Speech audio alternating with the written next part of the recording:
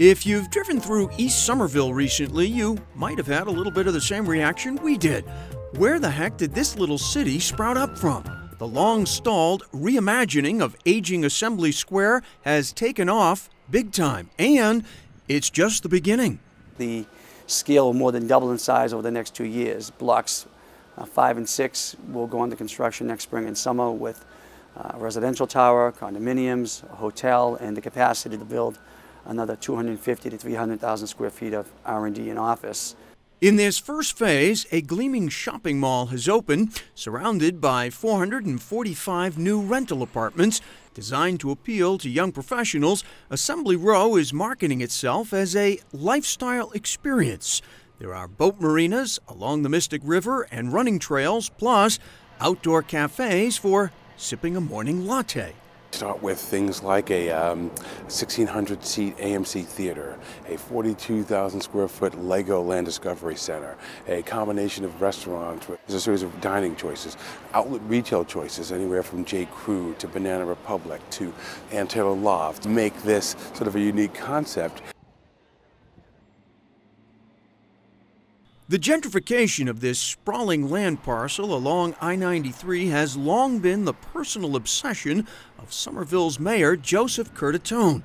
For years, he's argued the only way to reverse Assembly Square's decline was to make it accessible by rapid transit. So he fought for and finally landed a gleaming train stop on the Orange Line.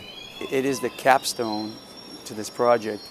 And I can remember not too long ago when high-level officials are telling us, hey, you're not only not going to get the train stop, we just don't want it. We don't need it. And what we're able to do as a community is show, look, if we make these prudent, practical, smart investments in infrastructure and transportation planning, we can unlock so much economic potential. Wooing Partners Healthcare is a prime example. The medical giant just broke ground on a new headquarters here that will be home to 4,500 employees.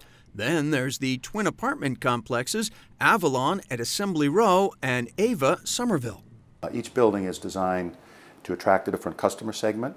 Avalon Somerville, for example, is a traditional luxury apartment building with luxury amenities, high-end finishes. Ava Somerville is much different. It's really designed to attract a customer that is much younger, much more energetic, much more urban-minded, much more social. Avalon boasts a health club, a swimming pool in the center courtyard, and an outdoor living room with a fire pit. Ava, which skews a bit younger, has internet-connected Twitter walls, places to fix your bike, bathe your dog, or fire up a gas grill on the communal patio. So far, Avalon is 90% leased, while the 250 apartments at Ava have just started renting. It's a great alternative. It's really a unique urban environment that has been built really from the ground up. A studio will start in the $2,000 range. A one-bedroom will be in the $2,400 range. A two-bedroom will be in the $3,500 range. Ava, the apartments are slightly smaller, so the rents at Ava are slightly less than that. Another feather in the cap of mall developer Federal Realty was enticing the Canadian restaurant group Earl's Kitchen to open in Somerville. The casual upscale chain operates 60 locations north of the border.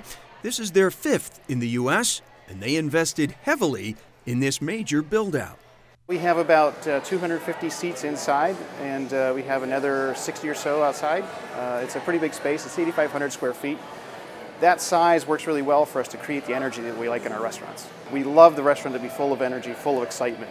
The menu at Earl's Kitchen appeals to a broad spectrum of taste buds. You can find a steaming Thai noodle dish alongside crispy Atlantic salmon. Their shout-out to Boston, the Fenway Burger, is an eye-catcher, as is this signature drink meant for sharing. Fun, loud, and lively, Earl's target audiences is the millennial generation. Generally, millennials are living in smaller places, smaller condominiums. They're not necessarily buying big houses out in the suburbs.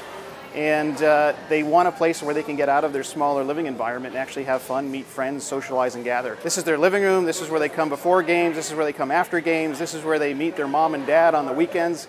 This becomes an extension of their lives, yes. It is exciting, and we're really proud as a community because this has been a community effort now for almost 2 decades, and we're excited about the future.